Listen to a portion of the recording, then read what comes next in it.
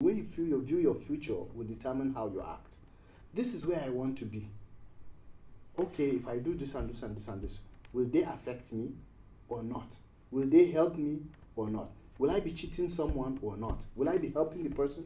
Your aim should be to better yourself, better people's lives, and better your society. But if your aim is just to take advantage of other people without thinking of the effect that it will have on them psychologically, then you're a cheat. I do a lot of things. In fact, I do a whole lot of things that I began to be scared of the things that I do. You understand? And now I don't do them a whole lot still. But I still feel like I want to do more. And I keep discovering things that I want to do and I want to do them. But you see, mastery comes from honing a skill. And that's by repetition. Repeating over and over and over again. But when you are scattered everywhere, it's like you now are putting your energy in several things and not really becoming a specialist in it. The following is a conversation with my film instructor at the American University of Nigeria, Mr. Emmanuel Best Thliza. Mr. Emmanuel was a veterinary student who switched to studying mass communication at the age of 27, 4 years into veterinary. Regardless of the society's pressure for him to continue in a path that he was no longer interested in or passionate about. This conversation was beyond profound. It was illuminating, as we taught the value of looking deeply within one's soul. I hope you enjoyed this conversation as much as I enjoyed discussing it. Today I'm having Mr. Emmanuel Best. Mr. Emmanuel is a film instructor, cinematography instructor, a screenwriting instructor, film and video editing, just whatever as it relates to media. Mr. Emmanuel has taught me since I came to AU, and I really enjoyed this class, and they were so beautiful. What intrigued me most, Mr. Emmanuel told us that he was studying veterinary medicine, and he transferred from the veterinary to multimedia, and then we're going to walk through all that from the beginning till now. So, introduce yourself, sir. Okay, good day. My name is Emmanuel Best Thliza. I am a CMD instructor with the American University of Nigeria, and I am from Borno State. Yes, I am. I don't know if you want to know my tribe, but then maybe might not be very necessary. If you've heard of Margi Special before, yes, from that extract of people who produce or make Margi Special delicacies, a very nice meal. You should try it one day. Wait, do you mean the Maggi, not cube? Not the Margi, name came from. Not Margi. Spell it. Marghi. So there's a soup called Margi Special, which is made from roselle leaf and catfish. It's very nice. It's very nutritious. You should try it someday. It sounds more like in the south we have this soup. They call it some people call it catfish soup, but mainly it's catfish with lots of ofe salad. That's how we say it in Igbo. Yes. You know the salad soup? Yeah, but yours has a lot of liquid in it. Ours, we allow the water to dry, and then the oil fries, all kinds of fries of the leaf and fish. Yeah, but if you take out if you leave it for some time, the water dries, and then yes, the fish residue remains, and it gets very thick. Yes, it's very nice. Okay, so you're going to walk us through your primary school, secondary school, university. Let's start with primary school. Where did you grow up? Well, I grew up in different places. I think I started school, if I can remember, my nursery, primary, also kindergarten in the United States, in Missouri, particularly. That's what I've been going through this for 5 years. Oh, really? Maybe I should tell you my house apartment number. So okay, maybe I can go visit. Yes. So then we were back, and then I went to public school before I eventually went to other schools as well. What did you come back? What brought you I think my dad was done schooling there because he did his first degree and master's there as well. So then we came back. He was supposed to work there, but Nigeria was good that time, so That was in the 1960s or 70s or 80s? No, 80s. The Early 80s. 80s. Was that the military guys were still in power? Yes. Military was still in power. I think we came when, was it during Buhari or IBB? I think it was during Babangida's time. Yeah. So when you came back to Nigeria, you continued at what class? I think I had just started. Was it primary 1 or 2? I can't remember quite. But I know I was in early primary then. You came back to what state in Nigeria? To Borno State. And Borno is where you're originally from? Yes. Your dad is from Borno, your mom is My dad from Borno, my mom from Borno. They are both Marigi, and that's why they produced a Marigi person like me. Okay.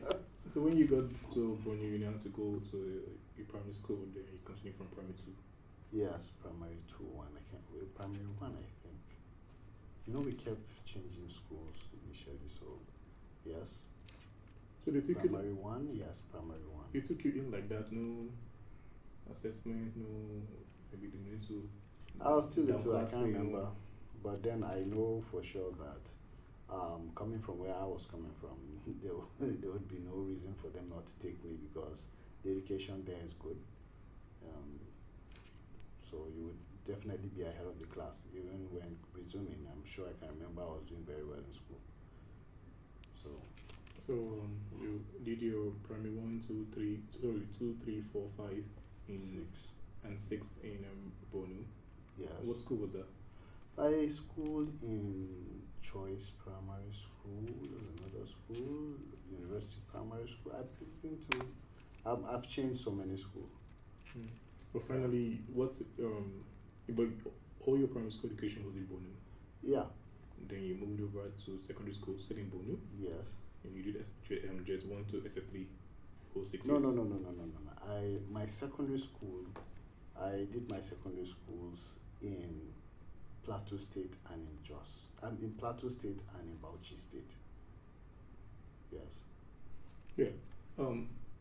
Plateau State was from just 1 to what? Just 1, 2. Just 1 and 2. Yes. And then just 3 to SS3. Just 3 to SS3. Yeah, so 2 years in Plateau, 4 years in Jos. Bauchi. You tasted some good part of northern Nigeria. Yeah. What was your dad doing from your primary school, from your primary 1 to your SS3? Civil servant. My dad was a civil servant. Wow. Yeah. What job offers did he have in America that comparing to Nigeria he decided to come back here? Well, I think he was offered the opportunity to teach there. Teach as a research assistant, but then I think his teachers were fond of him, so they wanted him to continue there. And his master's was in? Animal science. Okay, I think I'm seeing where the veterinary came from. Well, not really. My journey to veterinary, maybe I should speak about it now. My journey to veterinary was a very funny one. Most of the time the society believes that if you are in the sciences, you should most likely be a medical doctor. And then if you're in the technical classes, they expect you should be an engineer.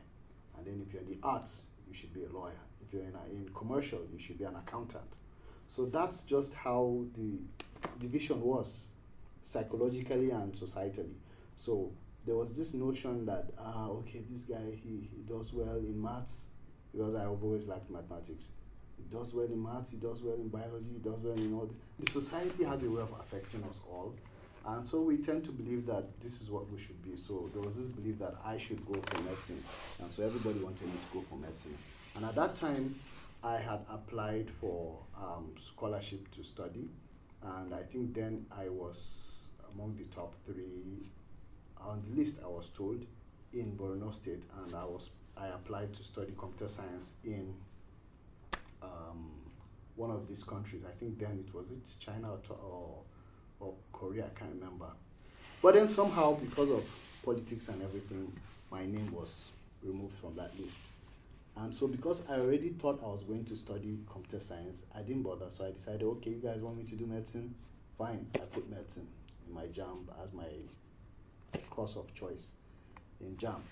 And then, funnily, I was given veterinary medicine.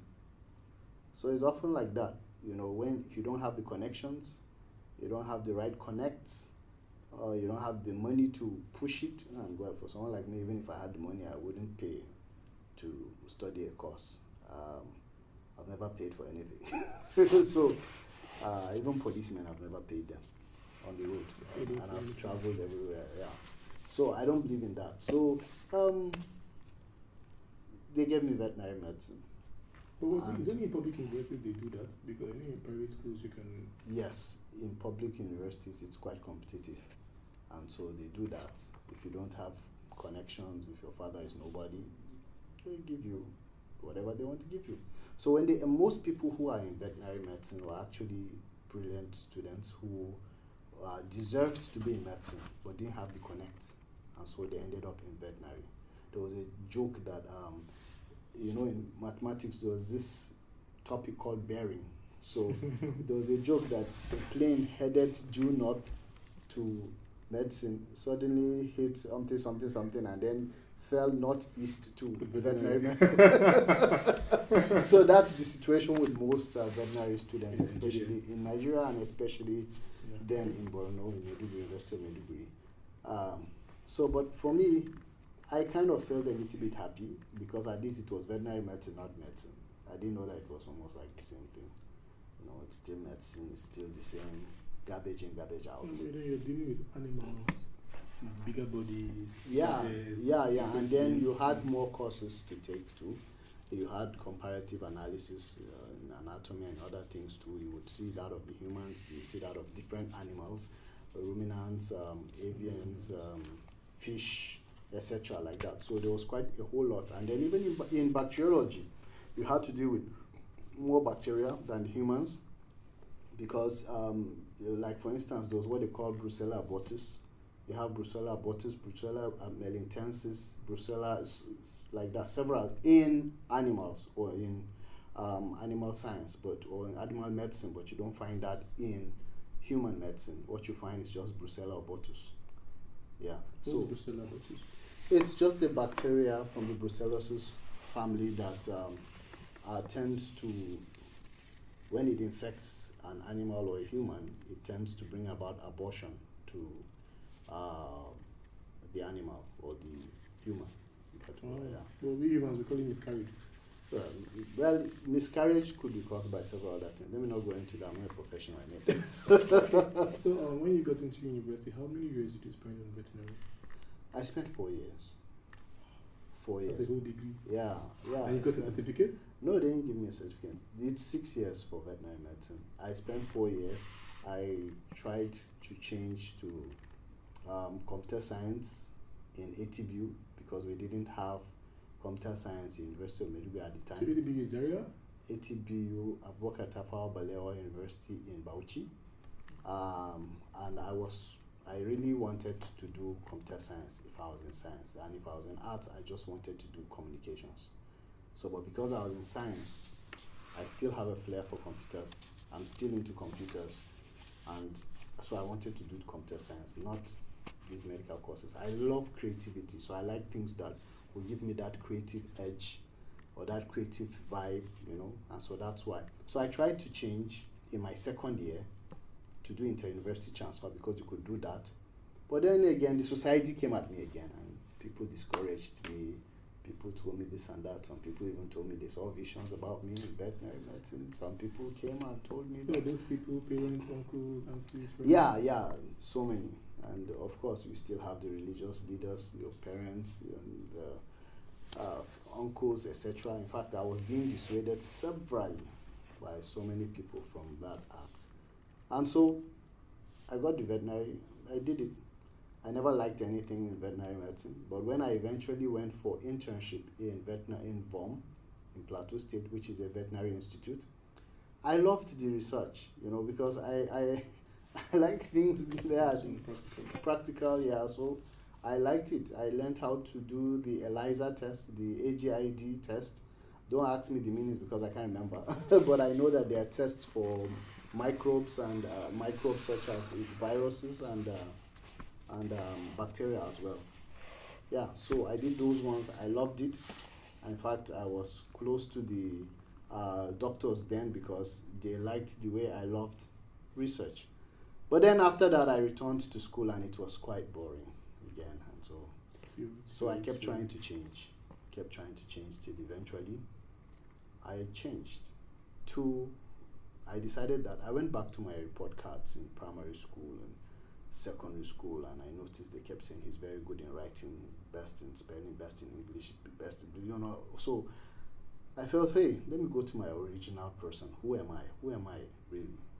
This is what I'm supposed to do. Then why shouldn't I do it? So I decided there and then that I was not going to go back to school. I would rather write JAMB, go back to part 1, and then I was just going to 400 level now. So I decided to select the topics or the courses that I would take that I might find interesting. So I selected because I knew I didn't need them anymore. Wait. The people with the society, there's your uncles and the rest, and people that also saw vision on your behalf. And they enabled you to sustain yourself through second year, third year, fourth year, 3 solid years. Yeah, I think my parents were very patient people. They were very patient with me. But the society is not my parents. They could be part of it, but it's beyond that. It's the society is that thing that affects all of us, that pulls us away from who we really are, pulls us away from what we're called to do, our purpose. It's the noise. I think before it calls you the superego. It could be the superego too. It's the noise that distracts you from what you should really do. So you have a false perception of who you are or what you should do because of it's what everybody, it navigates towards. But then there's something that you are supposed to do, which is quite different. So I decided to finally defy that. And one major motivation I had was that at a certain point I began to feel like I'm a hypocrite. Why? Because I had already encouraged several people, to change their courses. I mean, why are you wasting your time here? This is not what you're supposed to do. So one time I felt like, hey, look at yourself in the mirror. You're a hypocrite. You could advise people to do this and that, but you're not doing it yourself. So I decided, okay, let me burn all the bridges. Decided I'm not going to go back. I'm going to write JAMB, or I'll try changing course. So when you told your parents? No. They weren't happy. My parents weren't happy, but every parent wants the best for his child. So they felt that I didn't know what I was doing. They felt like they had a plan for my life, a perfect plan, which I'm sure would have made me maybe greater than I am. Who knows? But then it wasn't me. It just wasn't me. So I just had to discover my own voice and follow in that path. And so I did. Well, and it was a difficult one, I tell you, because everybody was against me. My uncles, some would drive me in their car around town, burning oil, trying to dissuade me from my decision to change. Some would call me to their houses. Some I've never spoken to, they heard about it and then they decided to call me to their houses. And then I asked them a simple question. How would you feel if after some years, you look back and then I'm miserable because I'm doing what I don't like. And then I look at myself and I say, that's the man that caused it. He refused to encourage me to follow my dreams. How would you feel? I asked my uncle, I asked my aunt, I asked everybody around, and they kept quiet. Then I asked again, how would you feel if tomorrow I succeed in what I'm doing? And people applaud me because I took a decision that defined who I am. You had the courage. Yes. And then I look back and I said, this uncle encouraged me. Won't you be proud? And then some of them began to think about their own lives and felt and began to say that if they knew years ago, they would have changed their courses to study what they wanted. Some of them had money, some of them were wealthy, but they weren't contented. They weren't happy. And for me, that's more than money. Yeah. How old were you when you left your 14 veterinary to go over to? I think I was about 20. I think I was about 27 or 28. Wow. Yeah. So this was a about decision 26, that happened. 27, yeah. So you're actually very, very, very. I think you know, we all have this developmental process, and if you know screenwriting very well, you understand that there was a point where the character realizes himself, and then he changes in the character arc. So I think I reached that point of realization maybe late, you know, and then I developed the guts late too. I had the guts to do so many other things, but I didn't have the guts to change my course. I don't know why. And sometimes, you know, then also people will tell me that, there's this person who finished school, took the certificate, jumped it at the feet of his parents, and then went back to study what he wanted, you know, but he had finished the medicine, this and that. And I thought one time, I said, why do I have to do that? I mean, I've reached a point of discovery. It's like you're going somewhere and you suddenly discover that that's not the way to the right place. And you keep going, saying that when you reach the end, you come back. So I thought, no, why don't I just turn now? So I changed instantly. And I changed when I developed the guts to change. And then I started venturing into businesses, and it gave me more guts. You know, I started, selling bodies of fridge, setting up snooker board, putting up computer stuff, computer businesses. In the university? In the university, outside the university, I was doing them all. So it was in that same university that you changed from Veterinary Medicine? Yes. Yeah, so you say that you had the courage to do other things, but you didn't have the courage particularly to change your major. So what were these other things you had the courage to do? Well, I had the courage to encourage people. Yes, because, you know, I could defiantly tell you, hey, don't do that, do this. You know, even if everybody was attacking you, you know, they would go for you who is advising the person. But I had the courage to do that, you know. And then also, I had the courage to stand alone in so many decisions. Like, I didn't grow up drinking and smoking and all those things, but I could go out with a bunch of friends who would be drinking and smoking, and I wouldn't. So I had that gut to do those kind of things. Yes, I think it was more of a strong self-will. But I didn't have the guts to change my course. Looking back, do you know why? Well, looking back, I think the only reason was that I was being considerate. One, I felt maybe my parents had spent money. I didn't want the money to go and waste. And then also, I think I felt like a lot of people were encouraging me, hoping that tomorrow I would fall in love with the course, you know. And so there was this false image or facade that we put up with every day when people encourage us. And you know, in Nigeria particularly, we like being shrouded with religion, you know. It makes us believe that, yes, it's true. It's like an elixir. You understand? That makes you feel good for a while, and then the symptoms are still there, they come back. So for me, it's a problem, you know. I think we need to tell ourselves the truth. Look at ourselves and say, this thing is not you. Change. Or this thing doesn't work. Fix it. And don't always say, by God's grace it will fix. No. There's a place for the grace of God. But then there's also a place for reality. God has given us a will. Yes. I mean, the distinction should be clear. Should we should be draw clear. it clearly. Exactly. You know, there should be a place where you know that God has given me the will, the skill, the knowledge to fix this thing. I don't have to begin to wait for that grace.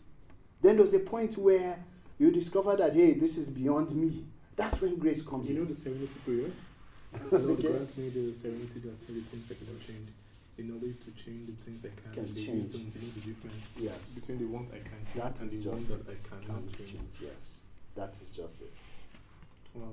So, 27, you went back to the scratch. Do you need to take JAMB again or any exam? No, I just did an interdepartmental transfer. That's what I did. It was difficult because my dean refused to release me, my dean of veterinary medicine, and then the head of department of mass comm refused to accept me too. Yeah. You didn't talk to the mass comm? No, they didn't speak, but they refused.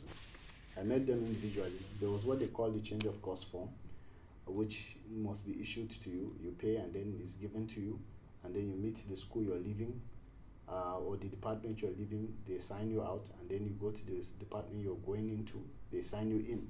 So neither of them accepted to sign me out or in, depending on which one it is. In fact, in the first place, the school refused to give me a change of course form, because at that time, there was a new instruction that except if you failed in school, they wouldn't allow you to change your course. And so I met the registrar. You see, I told you I had guts. So I went and met the registrar at that time. And it's not like some schools like AUN where you could just walk in and meet the president, walk in and meet the registrar. No, those places, it was more difficult. Bottlenecks, and then even at that, the guts to even meet them is not there, because they could easily shout you down. You know? So, but I did. I went there and I said, see, I want to change my course. Why do you want to change it? I said, because that's where I want to go. They check your transcript and see it and say, no, we're not issuing a change of course forms to students who are still in good standing. And I'm like, that's a problem. People should change course because they have an aptitude to study the new course they want to go into, and because they have the passion and interest. That's when they make a difference in the society, not when they fail and then they dump them there. You understand? It becomes like a dumping thing. And somehow, after several trials, it was a whole long process. It was overwhelming. I honestly felt like drowning, or like I was drowning at that time. And then they told me something that, okay, I should just go. Then suddenly I heard that there was a 1-week window given for those who want to change their course genuinely to collect the change of course form. And so I made the payment and collected the form. Before that, so many people had tried to scheme their way around it, and they didn't succeed. But I succeeded following the right way. Like I told you, I like following things as they are. So I got the form. The problem just started. I went to meet the dean, and the dean told me that he can't release me. The dean of veterinary medicine. He said he wouldn't release me because he looked at my transcript. Your transcript is good, so he can't release me. I was like, sir, I want to change. He said no. He chased me out of his office 3 times, and I kept coming back. The last time I met him, and he told me that, hey, I'm not going to release you. I said, but sir, you should. If he doesn't release you and you go into the communications like that, you can't. Your records won't be transferred there, so you're not a student. You won't be a student. So somehow, I don't know what happened. I said something, and then he said, okay. He gives me 1 month to go and think about it. And if I can think about it and come back to him, then maybe he might consider it. I said, sir, I don't need a month. I've thought about it for 3 years. He said, 3 years? I said, yes. He said, okay, I give you a week. I said, sir, I don't need a week. He said, okay, I give you a day to go and think about it. I said, sir, a day? Fine. But I've thought about it already. And then I gave him the form. He said, Dad, it's not easy to be a dean. I said, that's why you're there, because it's a big job. It's for big people like you. Somehow he just cracked jokes, and then he said, okay, he is going to sign me out on the condition that if I go to Mascom and they don't accept me, I'm not coming back. So I should write an undertaking. That was the easiest thing for me to do. So I went and began to write the undertaking, and my classmates were like, the dean agreed? I said yes, and I said yes, and they said, and you agreed for this undertaking? I said yes. It's simple for me because I had already planned to drop out. Wrote the undertaking, went to him, he signed me out. And then I went to Mascom. Now, that was another challenge again. They refused to accept me. So, went to his house. He was so upset. He abandoned the food that he was just about to eat. Told me to leave. I left. Went to his office, kicked me out. Went to the office again, kicked me out. Eventually, I went, and then somehow he said, give me your phone. I collected my phone, said, there's no way I'm going to help you to destroy your future. So he signed. And he signed in the place that was yes. So I went, and I looked at it. He had signed me in. And somehow, Before then, people had told me that I should meet some big wigs to come and speak to him. I said, at this my age, I don't see any reason why I need to speak to someone to talk to the head of department on my behalf. I mean, it doesn't just make sense to me. If I can't speak and they listen to me, then I don't think it's worth it. And so I didn't. So now he signed me in, and then eventually when I came to register my things, I registered in the faculty and the school and everything. I came back to the department to do my registration, and then he told me that he's not going to sign me in, and he's sticking to that. And I said, sir, but you already signed me in. So he looked at the form and saw it and noticed that, yeah, he did sign me in. So now, you see, that is So what did he think he was signing when he was signing the document? That is where the God factor came in. No, when I came to doing orientation, they told us, Madam Grace, the career thing, that if you're in a department or in a field that you don't like because maybe your parents coerced you or any influence from society, come to us whenever you want to change, and we're going to help you to change quickly. The advising, the academic advising is also there to help you, and they tell you the same thing. Even unlike other places, other universities, that you can never ever hear this in a public university. Exactly. They make the transition so seamless. One of my friends even switched his major. And his parents didn't know till his final year. Yeah. Because his dad was telling him, this is you're coming to the last day, so buckle up, it's time to. That's the beauty of AUN. That's the beauty of AUN. I mean, it gives you the opportunity to become who you are, except if you came in without knowing exactly what you want to do. But the school gives you that, affords you that opportunity. And it's something that students in AUN take for granted, but I wish they knew better. Also, you talk a lot about people focusing on one thing. Anytime you say, as a beginner, you focus on one particular thing at the time, you would have been far ahead where you were. Of where you are currently, because you once told me, you asked me how many clubs I'm in. I told you I'm in poetry club, I'm in radio club, I'm in this, blah blah. And you said, no, Akachukwu, you have to focus on one. Tell us on the power of one, and when you focus on many things that slowed you down. Yeah, I'm really surprised I remember this, because I didn't feel, at the time, I didn't think you would take it in. I didn't feel you would take it as any serious advice at the time.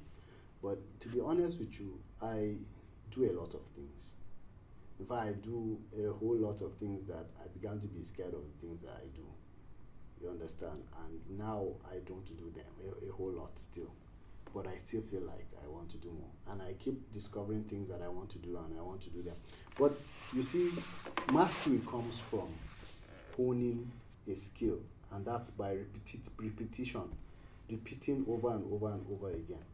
But when you are scattered everywhere, it's like you now are putting your energy in several things and not really becoming a specialist in it. That is why in the academics, when you do your PhD, they want you to focus on a particular area.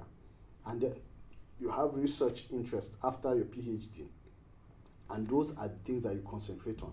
And then when they come to ask questions in that area, most likely you will be able to answer them or be able to proffer solutions in that area. Why? Because the world is too vast. Now, if you are into so many activities, whether you like it or not, at certain times, if you tell yourself the truth, there will be conflict of interest. Sometimes you have to go for practice here, or you have to do something here, and then the time clashes. And then also sometimes again, you discover that someone told me something, one wise man told me that if you put in 1 hour every day into a particular craft, that in 5 years, if every day 1 hour, in 5 years, you'll be a professional in that thing. So imagine if you put in 5 hours every day. When you hear of the Beyonce, you heard of Michael Jackson, you hear of all these people, Serena Williams, they put in hours every single day. When I'm very Tunde Onakoya, you heard he broke the Guinness World Record record Yes. for longest chess player. Yes. Why? Because they have put all their eggs in one basket. So they guide the basket by force. By all means, they guide that basket. But when you know that, hey, this one can break, I have another one. You have options.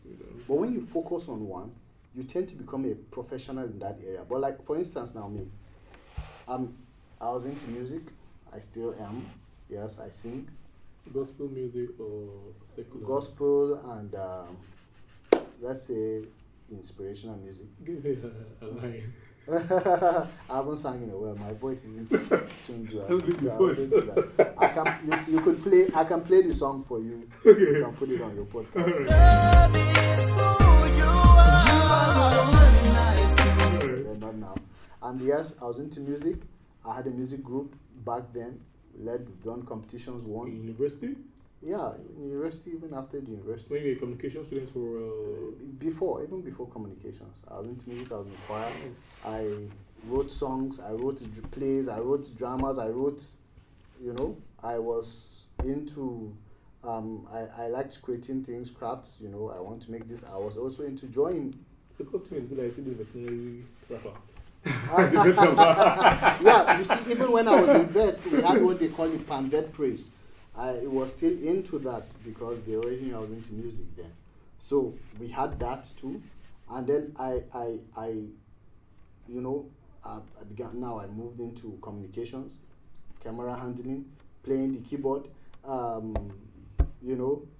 was also a lay preacher too.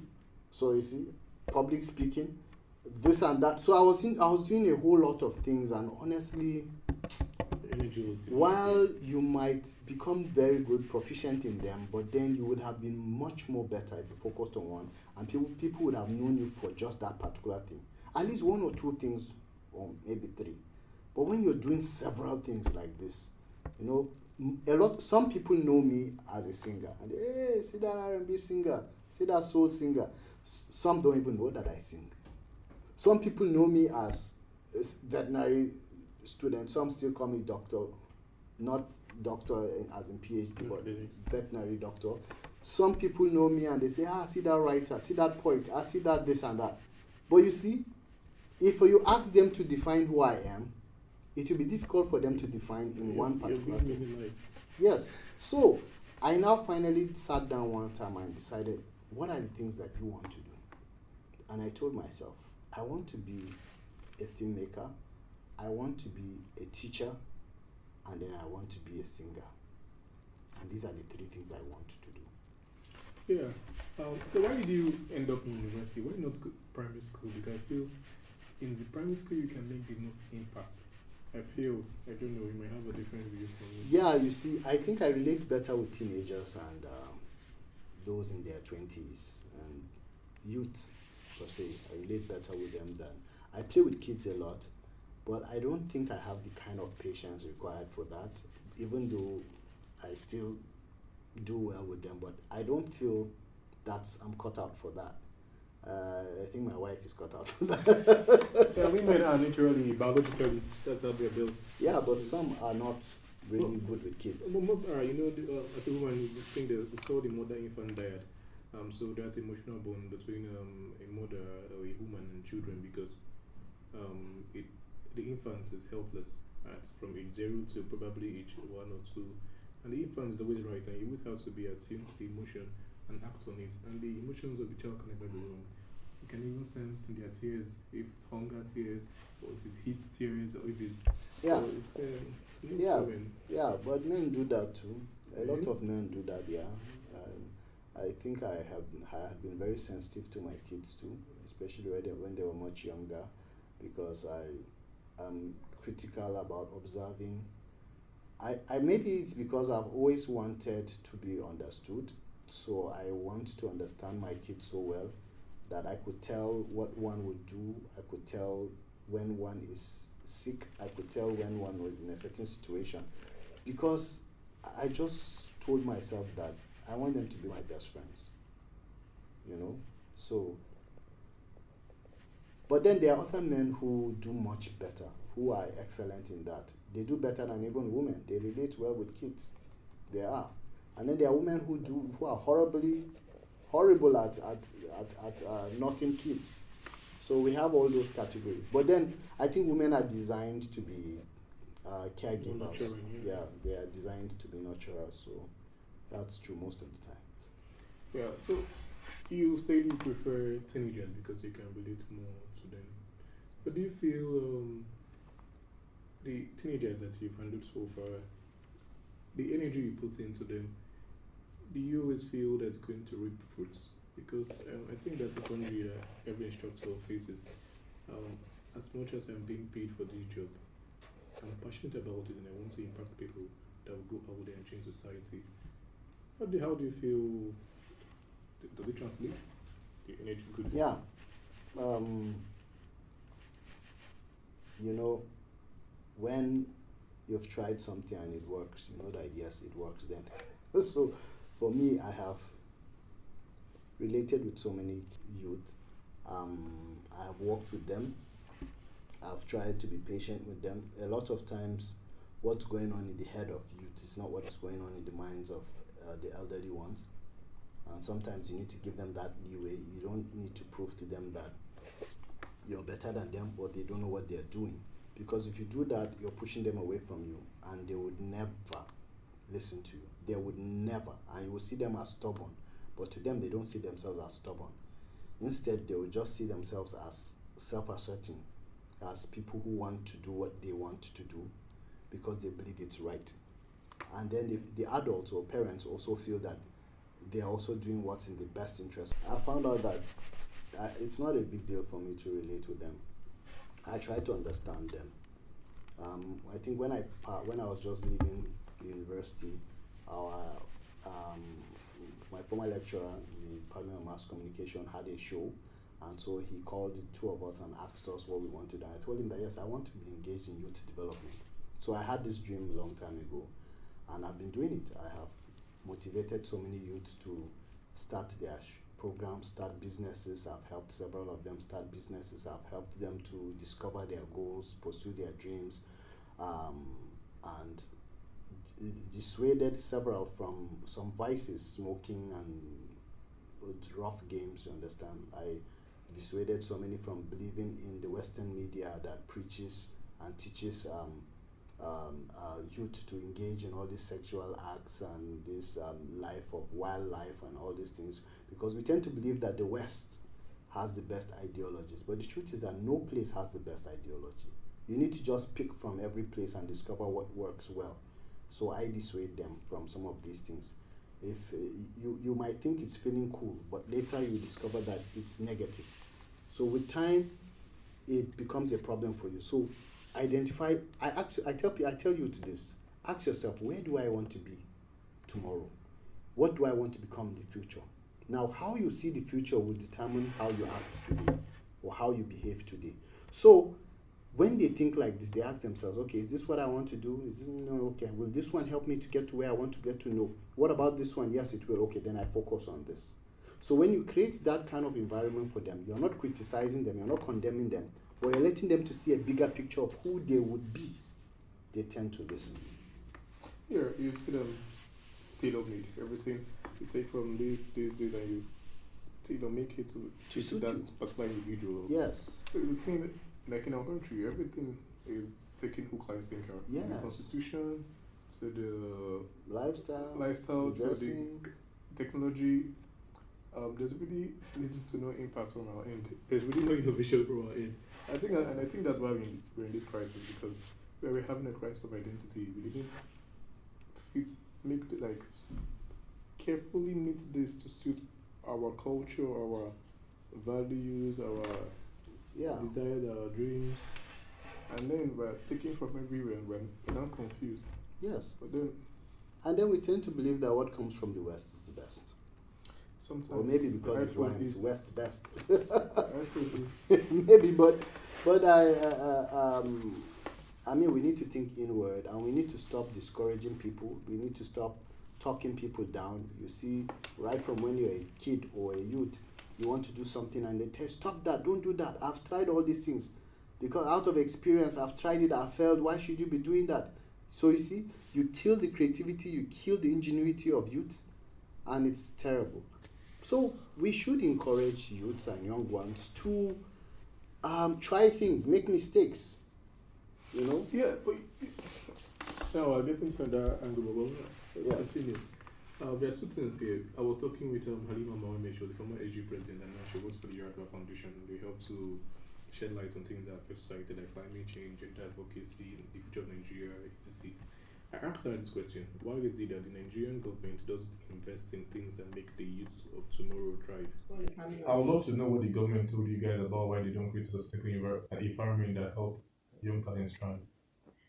Actually, there are a couple of bills, you know, and acts with regards to like trying to encourage youth into participation.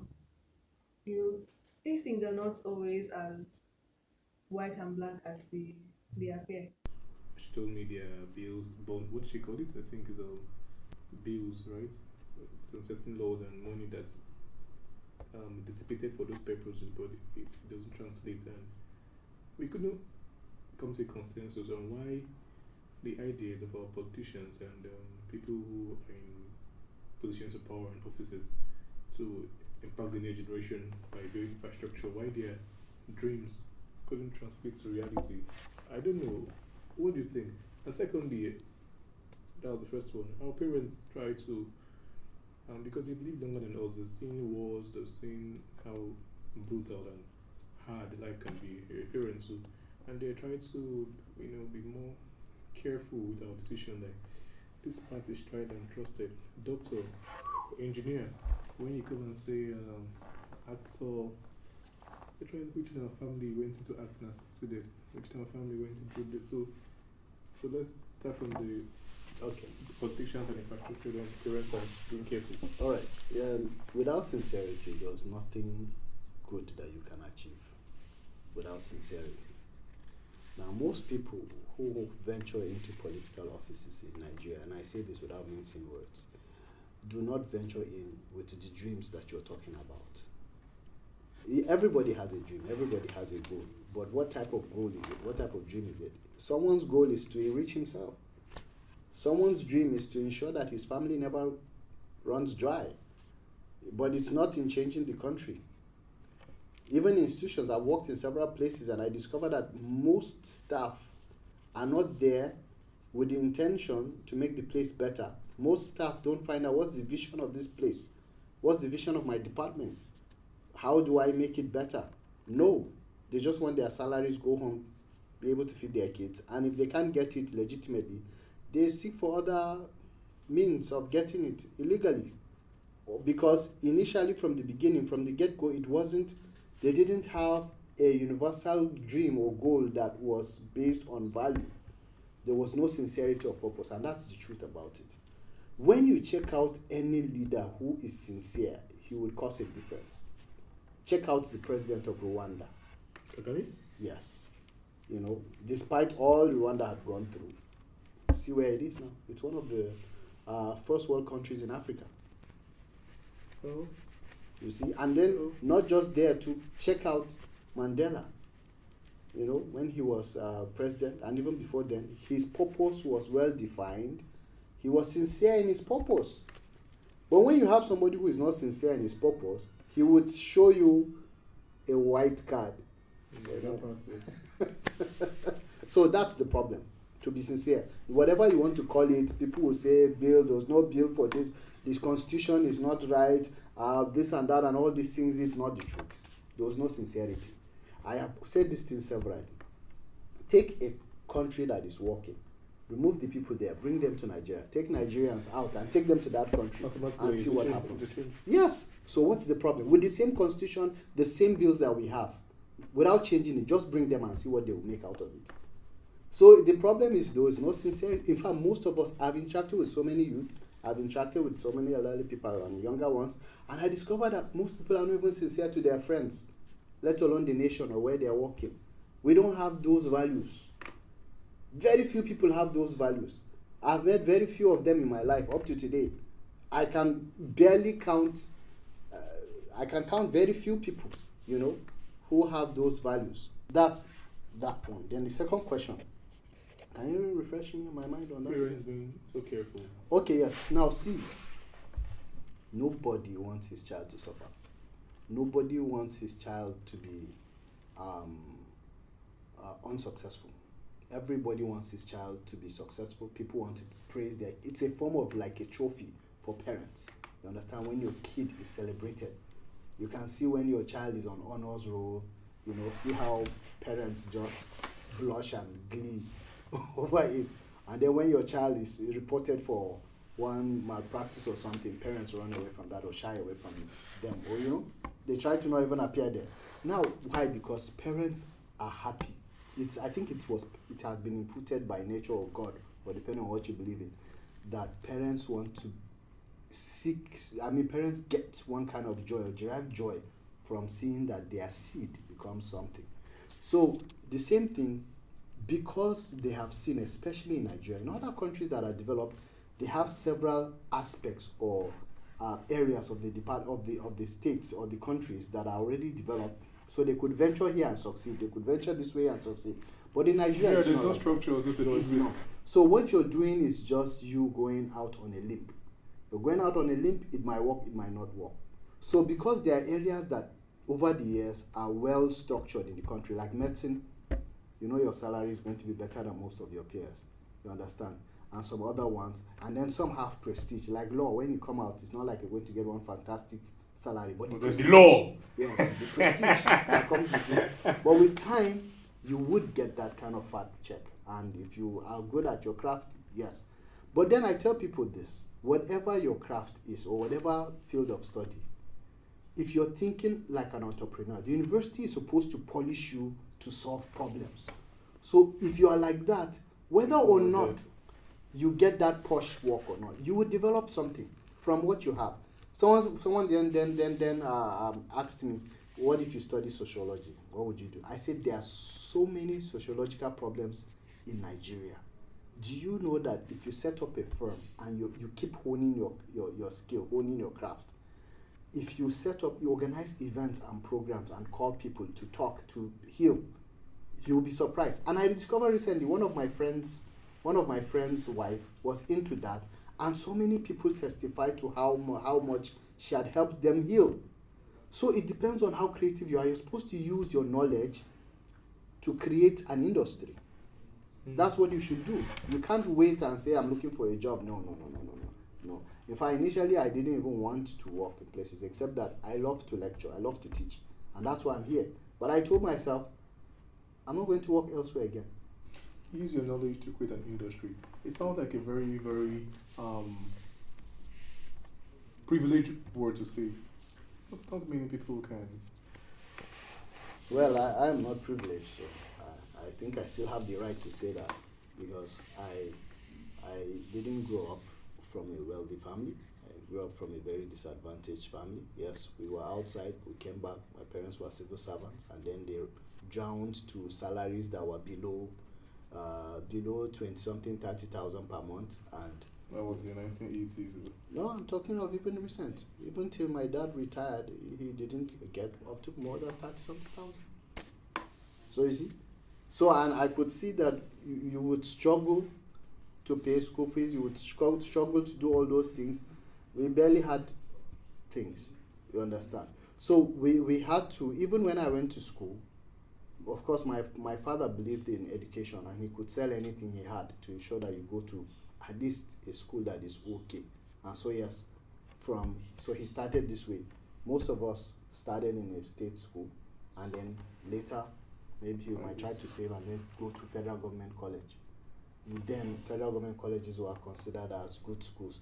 But immediately we reached school, we would be broke because we didn't have anything. So I remember when I was in SS3 students weren't going to the hostel. To the dining hall to collect food. Sometimes I would be the only SS3 student that would be in the dining hall. Why? Because we didn't have. So I wasn't privileged. There was nothing privileged about me.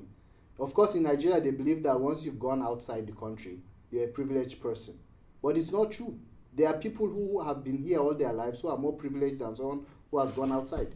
And that was on scholarship. So, here... Scholarship was from the government? Yes, okay, from the government. Continue. Yes, so when in that situation now, I have pushed myself, and notes, I have always rejected any job that would come with a price. Meaning that if I have to pay to get a job, I won't take it. It has happened severally. They would call me, hey, you have gotten a job with federal government, and then when I go and I discover they ask me to pay something, I won't pay.